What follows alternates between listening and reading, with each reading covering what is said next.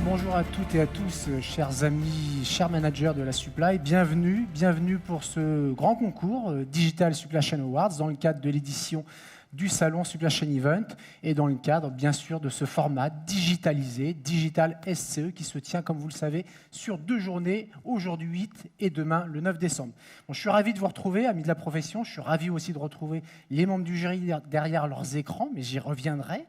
Bienvenue à nos 4 finalistes qui vont bientôt nous rejoindre sur ce plateau.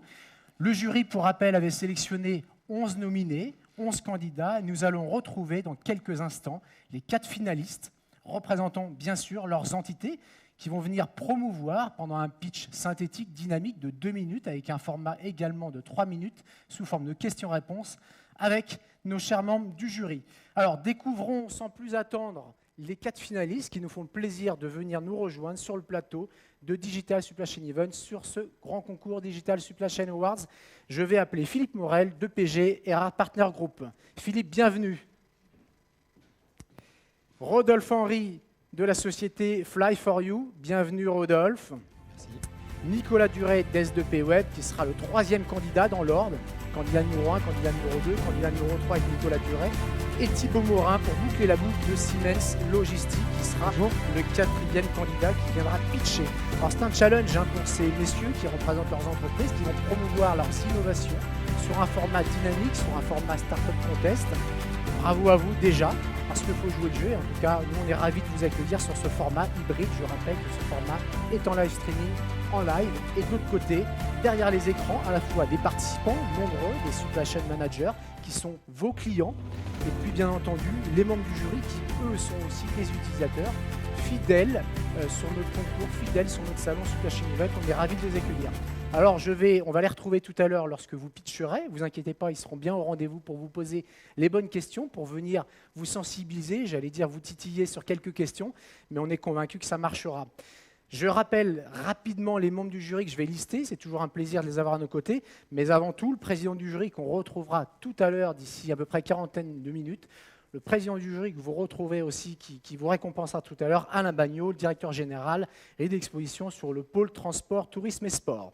Alors, les membres du jury, je vais citer très vite Emmanuel Desnuet de Laboratoire Paul Hartmann, Florent Tronqui, Albéa Group, Julien Poisson de Manutan, Julien Fels, Mayoli Spindler, François-Régis Tourneau, L'Oréal, qui a une double casquette aussi, président d'Alice, Bettina Menchikian, Euroserum, Grégory Omaro, Aperam, Mathieu Cochet de la société BDR Therméa, Anne Grosset, Apichic, Jean-Paul Ballet, Sodexo, le retail bien représenté avec Carrefour, Jean-Michel Lechat, Rémoa avec Julien Morel, fidèle aussi au poste, Yves Moine, Picard-sur-Gelée, que beaucoup d'entre vous connaissent, Gabriel Schumacher, là aussi un fidèle des fidèles sur SITL SCE du groupe BASH Électroménager, Christian Sanchez du groupe France Bonhomme, Hervé Léniac, Laboratoire Cooper, et enfin Eric Dame du groupe Bayer.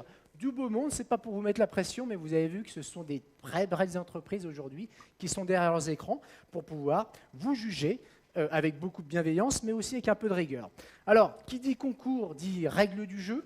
Je rappelle les règles du jeu à la fois pour nos jurys et à la fois surtout pour vous. 2 minutes de pitch, pas 1 seconde de plus. Je n'hésiterai pas à vous interrompre. Ça, c'est la première règle. 3 minutes de questions-réponses, chacun votre tour. Là aussi, avec un format qu'il faut respecter. Et puis, derrière vos écrans, chers participants, les supply chain managers que vous êtes, que vous représentez, vous allez pouvoir aussi, dans la dernière étape, vers 16h40, poser vos questions. On sera en interaction à la fois en conclusion, quand je vous retrouverai tous les 4, avec des questions-réponses, à la fois des participants et du jury. Ça, on sera vraiment en mode conclusion. Je rappelle les règlements du jury, parce qu'ils sont rigoureux, mais de temps en temps, ils sont aussi très prolifiques dans leurs commentaires. Soyez synthétiques dans vos questions. Coupez vos micros, les caméras lorsque vous n'intervenez pas. Et puis, je souligne que les 4 finalistes ont eu la chance d'être coachés par un coach professionnel, Bernard Canicho, de la société 4S Consulting, qui vous a aidé à trouver les dernières astuces, tant sur la respiration que sur la posture, sur l'ancrage au sol. C'est toujours un petit plus pour pitcher, même si vous êtes de grands professionnels.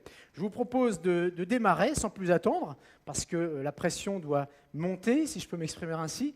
Je vais lancer et je vais vous demander, Philippe, de rester sur scène. Et chers autres finalistes, je vous retrouve dans quelques instants. Philippe, prenez place au centre. Petite jingle vidéo. Et puis quand je vous donne mon go, vous allez pouvoir démarrer sur le pitch de 2 minutes. Philippe, société EPG, c'est à vous. Bonjour à tous, je souhaiterais vous parler aujourd'hui du métier de préparateur de commandes. C'est un poste clé aujourd'hui en intralogistique et c'est un poste qui est soumis à pression. On leur demande de préparer un maximum de commandes en très peu de temps et aussi au niveau qualitatif de préparer les commandes en mettant le bon produit dans le colis. Également, vous avez pu vous rendre compte en visitant vos entrepôts ou à l'intérieur de votre logistique que l'équipement a tendance à être trop important. Les préparateurs de commandes ont un système de casque, d'écran positionné sur le bras avec un clavier qui peut être lourd. Également, la main peut se retrouver emprisonnée et on a des difficultés à faire ces mouvements. Donc chez Harden Partner, on a réfléchi et on a inventé un système pour pouvoir se débarrasser de tout ça. On a inventé le gilet vocal VoiceWear, donc le gilet vocal Lydia, que voici.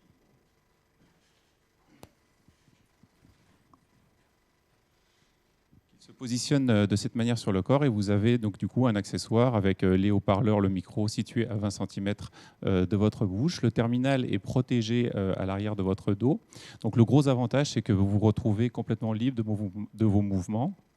Et vous êtes beaucoup plus conscient, vous n'êtes plus dans votre bulle et vous avez conscience des gens qui travaillent autour de vous. Donc ça, c'est un aspect très important pour la sécurité. L'autre point très positif, ça va être la réduction des coûts de maintenance. Il a été pensé avec tous les câbles et les systèmes intégrés, ce qui fait qu'il n'y a aucun risque d'accrocher ça dans un rack quelque part ou de voir son terminal tomber, par exemple. Et l'autre point très fort, ça va être sa flexibilité. Il va s'adapter à plein d'environnements différents, froid, grand froid ou sec. Donc du coup, vous avez un outil qui vous qui va rendre plus sexy le métier de préparateur de commandes, flexible et qui va s'adapter à vos solutions. Philippe, merci. Vous avez été parfait dans le timing.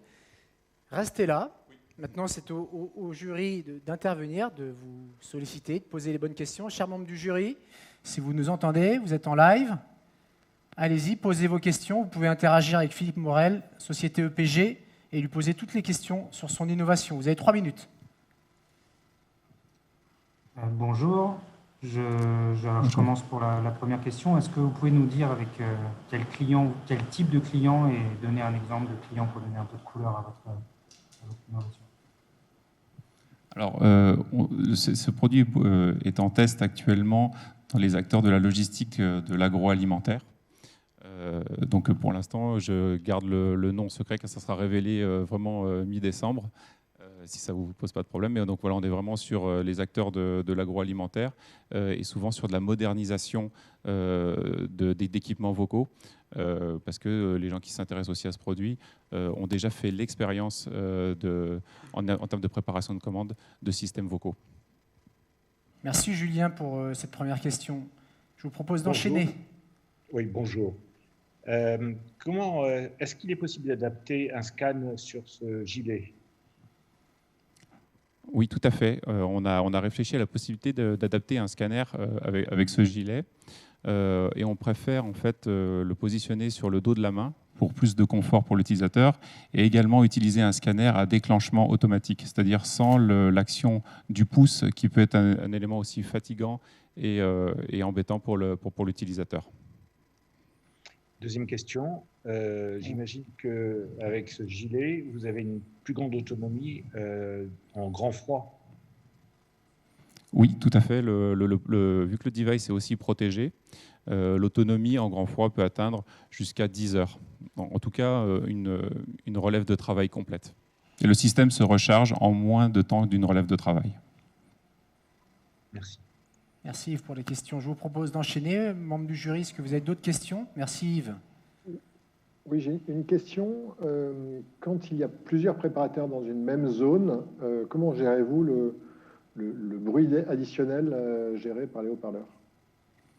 Donc en fait, le système est équipé d'un réducteur de bruit et aussi la solution qui est derrière est équipée en fait de la gestion de l'amplitude des sons. Donc on va être capable de se focaliser sur sur l'amplitude sonore de la personne qui l'utilise Et en fait, ça marche par zone. Et donc, toute cette zone, la reconnaissance est activée. Et tout ce qui est autour relève plutôt de l'amplitude et de bruit environnant. Plus la solution est utilisée, et plus elle prend l'habitude aussi du volume de la personne qui parle également. Donc, c'est de manière-là qu'on manage les micros de manière intelligente.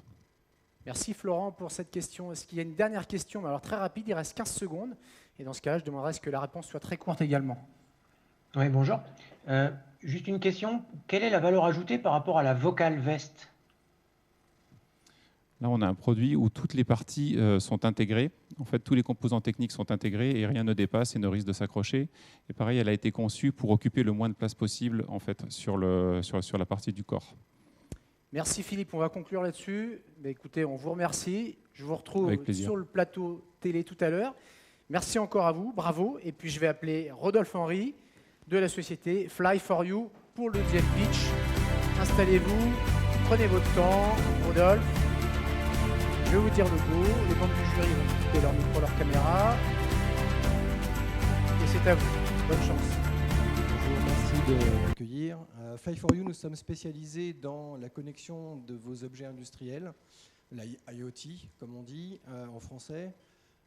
Et en particulier, nous avons développé une technologie qui permet de faire des traitements d'intelligence artificielle directement au sein du boîtier lui-même et sur l'objet lui-même.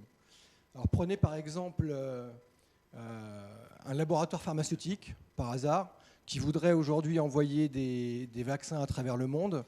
Est-ce que vous avez l'assurance aujourd'hui de savoir où sont vos produits partout dans le monde, y compris par exemple dans les phases de transport aérien?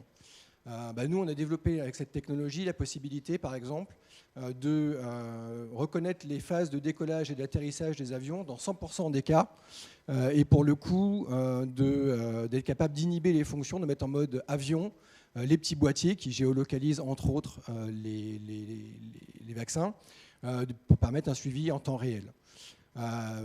Autre cas d'exemple, vous êtes Enedis par exemple, et vous voulez gérer vos chantiers au mieux, donc vous envoyez sur vos chantiers où il y a vos sous-traitants des tourelles de câbles avec du câble dessus qui coûte des fois plusieurs dizaines de milliers d'euros.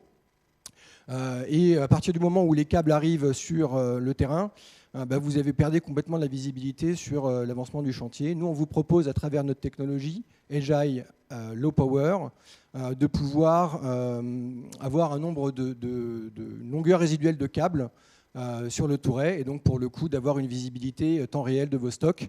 Et ça, c'est important. Alors vous voyez qu'on pourrait décliner comme ça plusieurs applications. L'intérêt, c'est quoi? C'est qu'aujourd'hui, par exemple, pour les tourets, vous avez un client comme Nexans qui est capable de valoriser ses données auprès de Enedis. Et ça, c'est la nouveauté. C'est ce qui vous permet de valoriser vos données.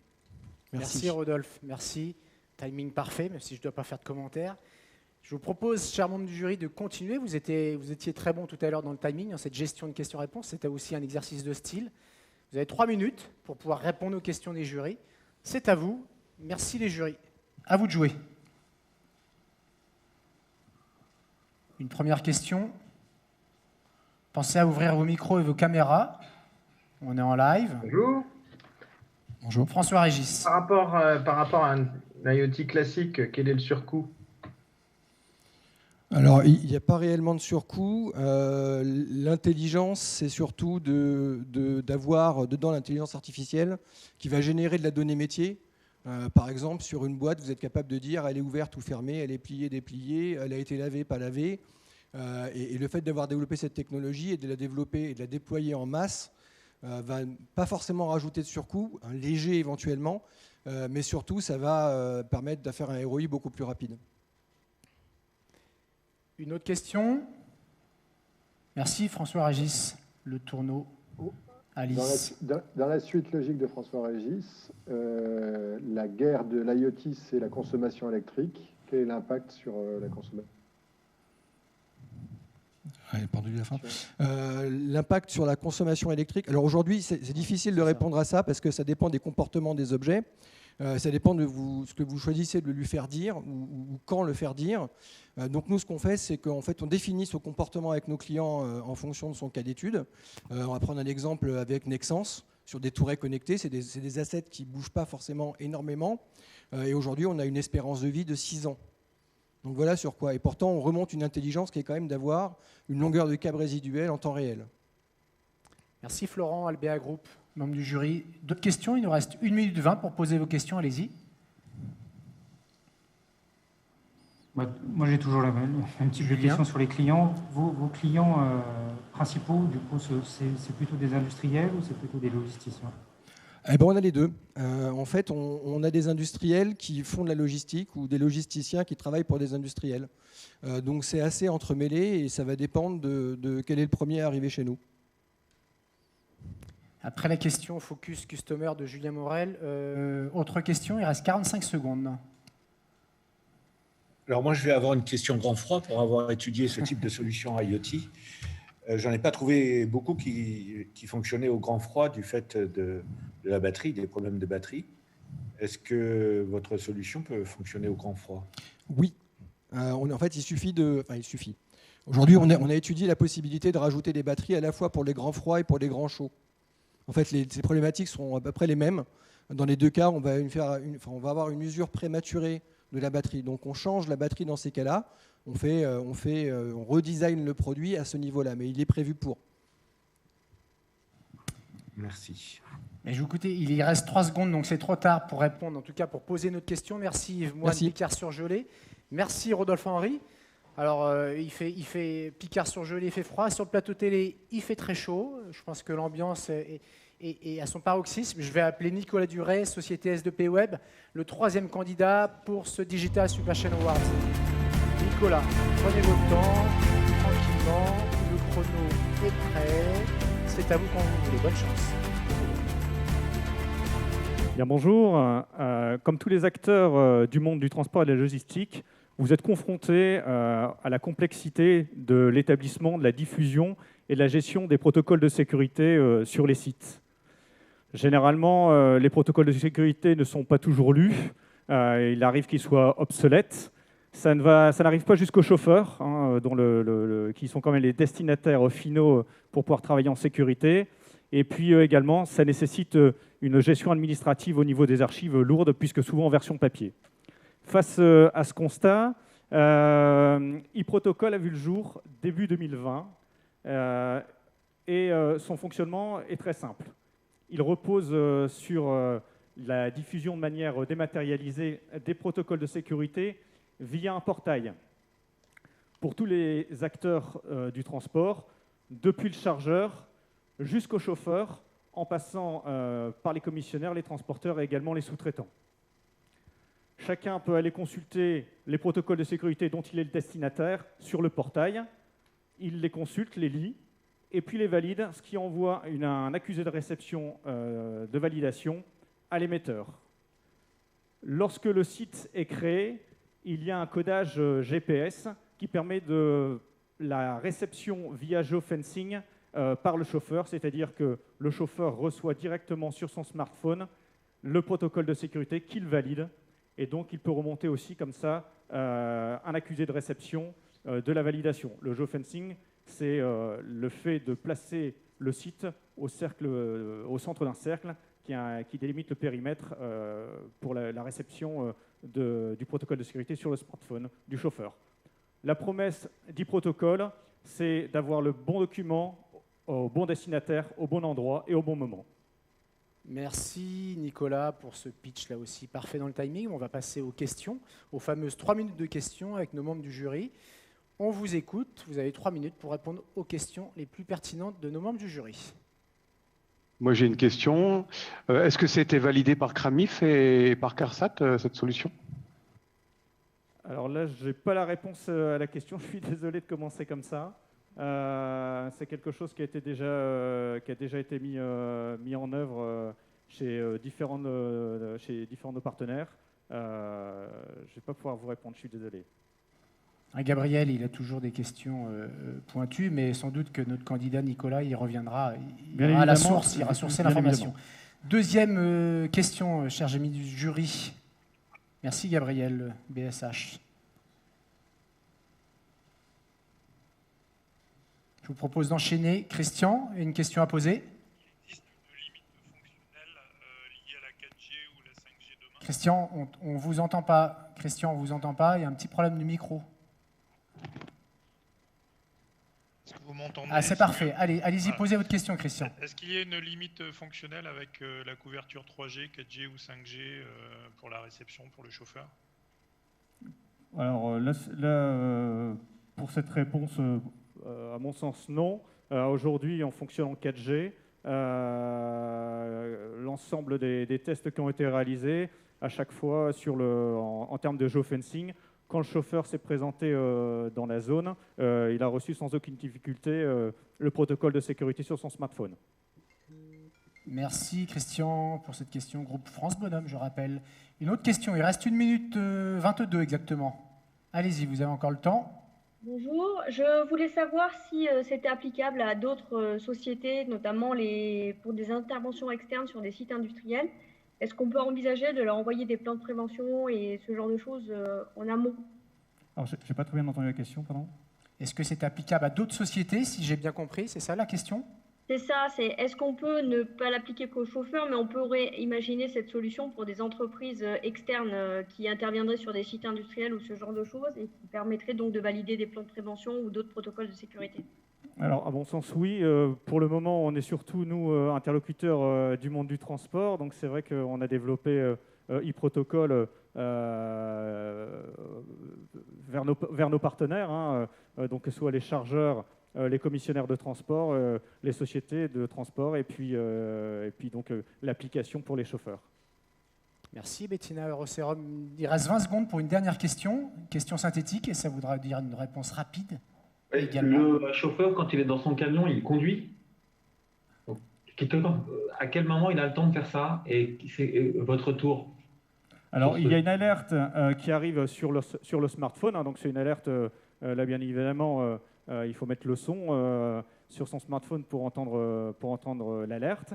Et puis le chauffeur doit de toute façon respecter les règles de sécurité sur la route et donc s'arrêter pour pouvoir consulter ces alertes et les protocoles de sécurité. Merci Nicolas. On conclut sur cette question et cette réponse très pragmatique sur le segment du transport. Merci Nicolas, on vous retrouve tout à l'heure pour la délibération. On va appeler désormais Thibaut Morin qui représente la société Siemens Logistique. Alors Thibaut, il a la particularité, il démarre un marathon sur Digital SEO puisque ce matin il était déjà en atelier avec une belle affluence.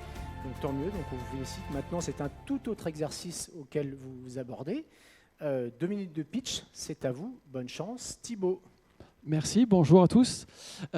Donc, lors du confinement ou à l'approche de Noël, en tant que consommateur, vous avez sûrement passé des commandes d'articles sur Internet avec une livraison à domicile qui est gratuite ou illimitée. Derrière cette simple livraison, les acteurs de la livraison de colis ont plusieurs hubs de tri et des dizaines d'agences pour pouvoir livrer votre colis, soit le lendemain de votre commande, voire le jour même. Ces acteurs ont aussi des défis à relever. Alors, il y a un marché qui est en croissance, certes, mais ensuite, on a une volumétrie de colis qui varie énormément tout au long de l'année. On a des pure players qui construisent aussi en parallèle leur réseau. Et on a une concurrence accrue, ce qui a tendance à faire diminuer les prix du marché et également de réduire les marges de ces acteurs. Donc, avant de pouvoir investir dans leur réseau, il est déterminant pour eux d'utiliser au maximum les infrastructures existantes. Et c'est là, en fait, l'innovation de notre solution, de notre logiciel qui s'appelle Network Booster. Donc, fini, entre guillemets, la gestion manuelle et à l'ancienne. Avec Network Booster, vous supervisez votre réseau de distribution de colis et vous identifiez et aussi résoudre les problématiques qui sont spécifiques à cette activité-là. Je vais vous donner 2 exemples. Le premier, c'est la recirculation des colis au sein de ce réseau. C'est-à-dire qu'avec Network Booster, on arrive à économiser 80% du nombre de colis qui recirculent et d'augmenter la capacité disponible sur leur réseau. Un autre moyen, c'est la gestion des unités de transport. C'est vraiment important et Network Booster optimise le repositionnement des unités de transport sur les hubs en fonction de la volumétrie à livrer le lendemain. Donc avec Network Booster, on diminue aussi la pression sur les équipes opérationnelles et on a un ROI qui est vraiment super rapide. Pour finir et au quotidien, Network Booster est un logiciel d'aide à la décision qui permet de pouvoir superviser le réseau en temps réel, de pouvoir identifier les goulots d'étranglement et de pouvoir donner des recommandations pour tirer et augmenter la capacité disponible du réseau sans avoir besoin d'investir dans les infrastructures. Merci. Merci Thibaut pour Merci. cette première partie. Passons à la deuxième partie qui n'est pas les plus Allons-y. simples. Les questions de nos membres de jury. On a hâte de les découvrir. Messieurs, ouvrez vos caméras, vos micros. 3 minutes de questions. Petite question, en fait, Network Booster requiert quand même une volonté de coopération entre les acteurs. Comment est-ce que vous allez les mettre d'accord? Alors, merci pour la question. Network Booster, en fait, est destiné vraiment aux prestataires qui opèrent la livraison de colis. Donc là, c'est vraiment un système qui opère de façon interne pour pouvoir mieux gérer vraiment l'organisation des transports et la livraison des colis. Et ensuite, le prestataire peut communiquer à ses clients sur la qualité du réseau. Donc, la difficulté qu'on peut avoir, par contre, c'est d'avoir suffisamment de données. Donc là, après, on peut s'appuyer sur un réseau de partenaires pour pouvoir installer des systèmes de track and trace, etc., pour pouvoir collecter et remonter la donnée dans Network Booster. Mais sur cette partie-là, on n'a pas vraiment cette difficulté. Merci François Régis pour cette question. Yves Moine enchaîne, si je comprends bien. Yves, vous avez une question?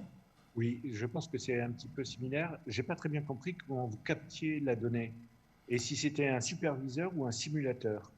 Alors, merci pour votre question. Alors, la donnée, elle est captée par des connexions en fait, au système existant quand c'est le cas chez nos clients, que ce soit sur leur système opérationnel et également en fait, sur le système d'informatique embarquée. Donc là, après, s'ils sont équipés, on vient se connecter sur les plateformes de nos partenaires. S'ils ne sont pas équipés, on va les conseiller sur l'équipement en système opérationnel. Donc c'est vraiment cette partie-là qui est importante. La deuxième partie de la question, si vous pouvez me la rappeler, excusez-moi. Rapidement, Yves. Est-ce un simulateur ou un superviseur? Alors, on a les deux, en fait. C'est-à-dire qu'on supervise, c'est la première échelle de la fusée, le premier niveau de la fusée. Et ensuite, on a un algorithme d'optimisation ou de simulation. Donc ça, c'est l'opérateur en lui-même qui décide s'il souhaite que le système lui propose des recommandations ou de tester des propres simulations directement dessus. Et il pilote les résultats avec des KPI qui lui sont propres. Merci pour la question. Merci. Il reste 1 minute pour les autres questions, membres du jury. Pour aller dans la même lignée, Nos une fois clients que vous êtes aperçu qu'il y a certaines zones qui sont engorgées, est-ce que ça va même un pas plus loin et ça permet de revoir le réseau, de faire des propositions de redesign de réseau pour désengorger de façon un peu plus pérenne? Alors ça, effectivement, on a des solutions chez Siemens Logistique qui permettent de planifier tactiquement ou stratégiquement un réseau logistique. Là, dans le cas de Network Booster, l'objectif, c'est de le suivre en temps réel et au jour le jour. Là où on gère cette variation de volumétrie, c'est on repositionne en fait les unités de transport vers les hubs où il y a le plus de volumétrie à gérer pour le lendemain.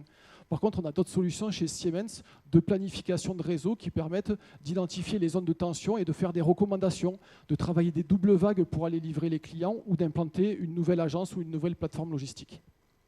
Il reste 2 secondes. Thibaut, merci d'avoir joué le jeu. Merci pour ce pitch. Merci d'avoir répondu aux questions.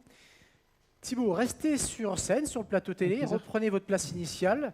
On respecte bien entendu les distanciations et les règles sanitaires. Je vais appeler les 4 finalistes à nous rejoindre sur le plateau. Passez juste devant notre ami Thibaut. Replacez-vous à vos endroits respectifs. Voilà. C'est fait.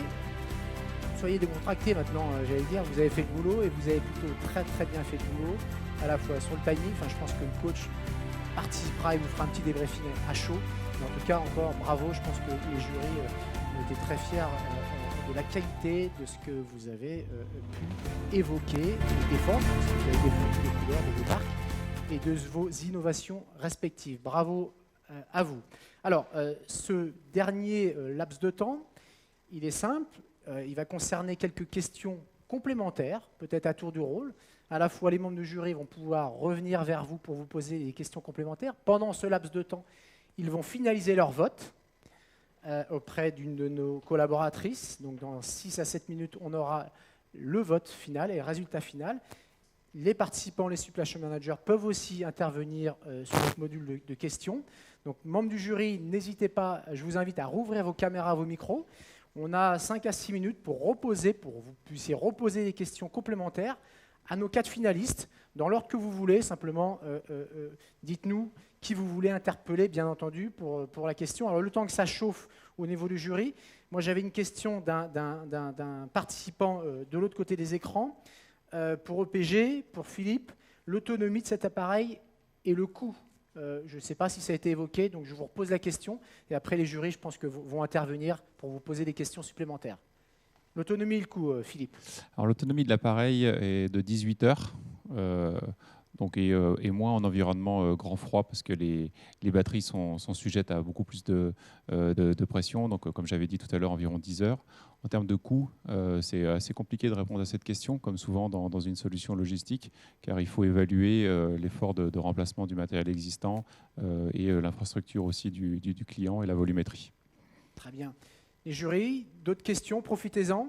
Et puis après, je jonglerai peut-être avec des questions de nos supply chain managers qui sont aussi derrière leurs écrans. Julien, peut-être? Julien Morel, non? On vous voit sur l'écran. Julien, vous avez une question à poser. N'hésitez pas, vous avez encore du temps pour leur poser des questions complémentaires pour finaliser votre vote. C'est une question sans être une question. Je pense qu'ils sont en train de bûcher et bosser très sérieusement sur leur fiche de notation, parce qu'il y a une grille, hein. Je ne l'ai pas dit dans les règles du jeu. On ne laisse rien au hasard sur le Digital Supply Chain Awards, vous avez bien pu le comprendre. Une question qui n'en est pas une, c'est ces solutions, peut-être, c'est une remarque d'un Supply Chain Manager, sont faites par des entreprises importantes que vous représentez et proviennent pas forcément de start-up. Est-ce que vous avez un commentaire par rapport à ça? Thibaut de Siemens, c'est quoi la différence? Pourquoi plus Siemens qu'une start-up? Ou qu'est-ce que vous pouvez nous dire par rapport à ça? Après, je pense que Siemens en fait est une start-up de puissance 75 ans, donc c'est pour ça qu'aussi on reste à la pointe. Et sur cette activité en particulier, en fait, Siemens opère des chaînes de tri de colis. Donc c'est en étant au plus proche de nos clients que l'on comprend aussi mieux leurs difficultés et qu'on peut proposer des solutions pour les pallier. Donc je pense que voilà, l'écoute de nos clients et la qualité des développeurs chez Siemens fait la différence. Quelle est la différence, Nicolas, est-ce qu'il y a des points communs peut-être entre une start-up et Nicolas et S2P Web? Est-ce qu'il y a... est-ce que ces points communs sont aussi des forces peut-être? S2P Web, c'est un petit peu l'esprit start-up, hein, puisqu'il y a associé, fait partie de S2P Web, B2P Web, qui est la bourse de fret sur Internet. Et puis il y a également d'autres produits comme JetTrans, qui est la gestion documentaire, JetMove et puis Protocol, et sont que des produits donc digitaux créés par le service produit. Aujourd'hui, B2P Web et l'ensemble des produits qui sont derrière, c'est un peu plus d'une centaine de personnes avec donc des effectifs qui sont étoffés au fur et à mesure du temps. À l'origine, c'est cet esprit start-up, B2P Web. Ok, très bien. Je ne vois pas d'autres questions apparaître. Les membres du jury, est-ce que vous avez des questions sur votre plateforme? N'hésitez pas à intervenir. On a encore le temps. On est dans le bon timing. Sinon, moi, j'en ai d'autres. Membres du jury. Alors,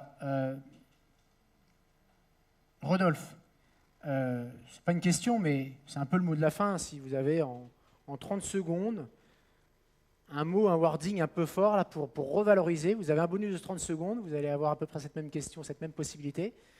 Voilà, en quoi vous vous démarquez, en quoi votre solution est la plus impactante aujourd'hui sur le marché par rapport à ce que vous nous avez présenté? Eh bien, disons que, merci déjà, disons qu'on est arrivé aussi aujourd'hui à un niveau de maturité dans les objets connectés, dans la connexion des objets industriels, on va dire, et où on a passé un cap qui est de passer de la commodité, qui est la géolocalisation traditionnelle, à une génération de valeur à travers de la monétisation et de la valorisation de données. Et ça, on est très peu en Europe à le faire, voire dans le monde. Et c'est pour ça que nos clients nous choisissent, c'est qu'aujourd'hui, avec nous, ils gagnent de l'argent. Très bien, merci pour cette question bonus. On va poser la même question à Philippe, 30 secondes, encore plus pour nous convaincre, pour convaincre les jurys qui sont en train de finaliser leur vote en live. Oui, je dirais que là, on a révolutionné le poste de travail du préparateur de commande grâce aux avancées technologiques de ces dernières années aussi. On parlait tout à l'heure du côté start-up. C'est vrai que même malgré d'avoir 30 ans d'expérience dans la logistique, il faut savoir écouter ses clients pour innover et suivre le projet technologique. Donc aujourd'hui, vous avez une solution unique sur le marché qui a vraiment rendu beaucoup plus sexy ce métier qui est très compliqué. Thibaut, les 30 secondes bonus sont à vous, Siemens Logistique. 30 secondes pour nous faire rêver, pour faire rêver les jurys. On va essayer. Donc c'est vrai que pour cette partie-là, Siemens Logistique répond à des problématiques réelles de ses clients, des clients auxquels on est vraiment très proche et qui nous ont remonté justement des difficultés de leur quotidien. Et c'est cette écoute en fait que nous avons chez nous pour créer de nouvelles solutions et innover vraiment très régulièrement pour répondre à des problématiques réellement spécifiques. Et avec l'augmentation du nombre de commandes sur Internet, c'est vrai que cette problématique avec les derniers temps qui sont un peu compliqués a vraiment explosé. Donc juste un petit dernier mot, on a parlé de colis, mais pensez quand même dans vos articles de Noël à penser à vos commerçants de proximité, à les aider dans cette période difficile. Un petit clin d'œil aux fêtes de Noël et au commerce quand on a bien besoin. Les 30 secondes de bonus, Nicolas, c'est à vous pour revendre encore une fois le mot de la fin de votre côté. Écoutez, moi j'étais ravi d'être ici. Je pense que la solution e-protocol aujourd'hui, c'est vraiment une solution qui répond à un impératif de sécurité. C'est ce qu'on recherche de toute façon par l'intermédiaire des protocoles de sécurité, leur diffusion. C'est vraiment de faire travailler nos chauffeurs en sécurité. Et puis également, il y a l'aspect, je dirais, réglementaire et législatif qui est à prendre en compte aussi pour les donneurs d'ordre. Très bien. Écoutez, je vous propose de rester sur le plateau télé. Pendant ce temps-là, on finalise le vote. Je vais demander à François-Régis Le Tourneau, président d'Alice, d'ouvrir sa caméra et son micro. François-Régis, vous nous entendez? François-Régis. Je vous entends. Voilà, François-Régis. Alors, François-Régis est un fidèle des fidèles de SITL et de Super Chain Event, un fidèle de nos concours. Donc, il a un œil d'expert et il va nous faire une petite synthèse. En tout cas, c'est la question que je vais lui poser. François-Régis, qu'est-ce que vous avez pensé de cette édition, de cette édition? Et c'est un bon cru, tout simplement, pour être direct dans ma question. C'est un très bon cru. Je voulais féliciter Philippe, Rodolphe, Nicolas, Thibaut pour la qualité des interventions. C'est toujours un peu difficile de faire un pitch en pile 2 minutes, mais alors faire un pitch en pile 2 minutes en étant sans son public, sans avoir un peu ce retour et sans sentir la salle, c'est encore plus difficile. Donc bravo. Deuxième chose, je pense qu'on est là sur des préoccupations très très très actuelles, sur des vrais pain points de nos supply chains. Alors juste, faut quand même savoir aussi qu'on avait toute une série, je ne sais plus exactement combien d'autres dossiers qu'on a étudiés avec les collègues. Il y a eu des débats d'ailleurs enflammés pour déterminer les 4 finalistes. Ça n'a pas été facile du tout. On n'était pas forcément complètement tous d'accord parce qu'on a... Et c'est bien naturel, des vues un peu différentes et des préoccupations qui peuvent être un peu différentes. Il y avait quand même aussi d'autres sociétés, je ne vais pas toutes les lister, mais qui étaient plus sur la planification, plus sur la gestion des transports internationaux, plus sur les prévisions de vente et ainsi de suite. Donc ces sujets-là étaient là, mais c'est vrai qu'ils n'ont pas été évalués comme étant les sujets les plus innovants. Et donc bravo à nos finalistes, dans le sens où ils adressent des sujets, comme je disais à l'instant, qui sont très très très dans l'actualité. On voit bien en fait la chaîne de valeur, une bonne partie de la chaîne de valeur des supply chains à se dessiner avec des sujets en entrepôt, des sujets qui sont, je pense que c'est quand même très très important de penser aux préparateurs, sont souvent et la plupart du temps des gens qui n'ont pas forcément choisi cette profession, cette activité-là. Donc trouver des solutions pour les accompagner et puis pour leur rendre la tâche la moins pénible possible et la plus efficace possible, ça c'est une très bonne chose. Je pense qu'il est aussi absolument essentiel d'avoir maintenant du real-time tracking sur la totalité de nos activités. Ça, je pense que c'est absolument essentiel. Il y a aussi toute la partie d'échange de protocoles de sécurité. Et en effet, la question tout à l'heure était très très intéressante de Bettina, à se dire, tiens, et comment est-ce qu'on peut appliquer ça à d'autres activités? Je pense qu'il y a un bel avenir sur cette solution-là aussi. Puis last but not least, je pense que le fait d'avoir une opportunité ou de développer de plus en plus des opportunités et le chemin critique en fait de digitalisation du transport pour arriver à l'optimiser et puis à quand même éradiquer, si je puis dire, toutes les bizarreries en fait aujourd'hui de nos fonctionnements avec la recirculation, le reverse logistics et ainsi de suite, qui sont quand même des vrais plaies. Ça peut se résumer en un mot que j'aime beaucoup et on est très très très en pointe là-dessus à Hélice. C'est l'Internet physique, hein, l'interopérabilité des ressources. Je pense que la transition énergétique, la transition vers des supply chains durables, elle passe par la digitalisation de l'ensemble de la chaîne, hein, comme on vient de le voir, des solutions qui sont vraiment très adéquates pour savoir ce qui se passe en temps réel, pouvoir optimiser.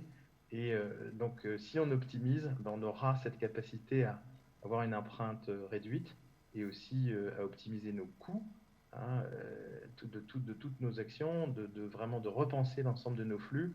Et quand on aura repensé nos flux, on aura en effet cette capacité aussi à financer la transition énergétique, parce que à date, elle ne se fait pas encore forcément à ISOCOO. On va conclure là-dessus. Merci, merci en tout cas François Régis à la fois pour cette synthèse, d'avoir partagé cette vision auprès de nos 4 candidats. Et puis on a bien noté que c'est un bon cru. On en est bien d'accord tous autour de la table virtuelle hybride que nous avons constituée aujourd'hui. Le vote est finalisé. Comme l'a dit François Régis, ça n'a pas été simple, mais c'est ça l'intérêt. Je vais maintenant désormais appeler le président du jury, directeur général RID Exposition sur le pôle transport, tourisme et sport, Alain Bagnot, fidèle au poste. Merci Alain de nous rejoindre. Alain, avant de découvrir et finalement d'annoncer le mot du vainqueur, peut-être un petit mot. Et puis après, tu auras le plaisir et l'honneur de nous annoncer, de partager qui est le grand vainqueur de ce trophée Digital Supply Chain Awards. Avec grand plaisir. C'est une tâche très facile pour moi. Et de fait, je voudrais remercier notre jury parce qu'ils ont travaillé sur les nombreux dossiers qui ont été proposés dans des circonstances difficiles, parce qu'on sait bien que la proximité physique rend quand même plus agréable ces temps de travail. Donc vraiment merci à vous toutes et à vous tous. Je remercie aussi nos candidats. Alors les 4 qui sont là, qui ont été sélectionnés, parmi les 11 dossiers présélectionnés, nous sommes au cœur de Supply Chain Event, l'innovation. Nous la portons depuis maintenant quelques années, et ce prix se justifie quand on voit la qualité des dossiers présentés. Alors c'est très difficile de choisir l'un d'entre vous, parce que je crois que François Régis l'a mentionné, vous intervenez dans des domaines très différents, et chacune de vos solutions est une application qui pourrait être promue dans chacun de ces secteurs. Enfin bon, il faut un vainqueur. Eh oui, il faut un vainqueur. C'est le jeu. On est sur une compétition. Et c'est ça qui fait le charme aussi. Alors, c'est à toi. Le nom du grand vainqueur du Digital Supply Chain Award 2020 est Erhardt Partner Group. Philippe Morel. Bravo Philippe. Merci. Alors, protocole oblige. Juste pour préciser, avec 38 points, donc sur la grille de notation de notre jury. Et en deuxième position, Fly4You avec 34 points. Et troisième ex-aequo, S2P Web et Siemens avec 30 points. C'était serré. Mais bon, voilà, bravo. Bravo. Merci. Alors je vous laisse. Protocole oblige. On va vous laisser prendre votre prix qui est là. Et vous installer au centre aussi, protocole oblige. Philippe, un petit mot, le petit mot de la fin. Oui, vous avez encore un dernier pitch à faire. Il n'y a pas de souci. Écoutez, déjà, je voudrais remercier bien sûr tous les membres du jury d'avoir voté pour notre solution. Féliciter aussi toutes les personnes qui ont participé au concours. Et aussi remercier sincèrement toute l'équipe de RID qui a su camper comme ça un événement de manière digitale dans ces situations. Et ils ont fait preuve vraiment d'un grand professionnalisme. Donc voilà, on est vraiment très fiers d'avoir pu participer à cet award. Et encore une fois, je remercie tout le monde pour cette organisation.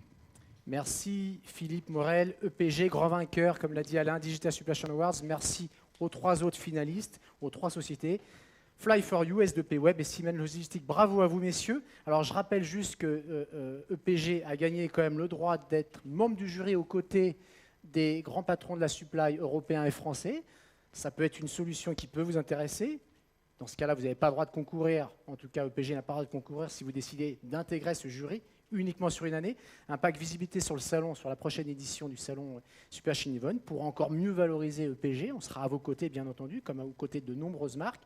Sponsor de l'espace Networking Cube, qui vous permettra aussi de networker et de rencontrer encore un peu plus d'acheteurs qualifiés. C'est notre promesse, une publication, une newsletter, des campagnes, un communiqué de presse bilan, et bien entendu ce trophée. Donc on espère en tout cas que ça contribuera aussi encore à mieux valoriser vos innovations, comme l'a dit Alain Bagnot. Il me reste à vous remercier, chers membres du jury, Alain, vous quatre messieurs les finalistes, le coach, notre partenaire qui a travaillé aussi sur Digital SE. Moi je vous retrouve demain matin 9h. On aura l'occasion, j'espère, de vous retrouver, en tout cas les finalistes pour Digital Super Channel Awards 2021, les 24 et 25 novembre 2021. Ça, c'est le rendez-vous de Super Channel Event. Et puis, place maintenant à l'atelier de Solistic à 17h, là aussi sur ce plateau télé. Merci à vous et à bientôt. Encore bravo à EPG, à Philippe Morel. Au revoir.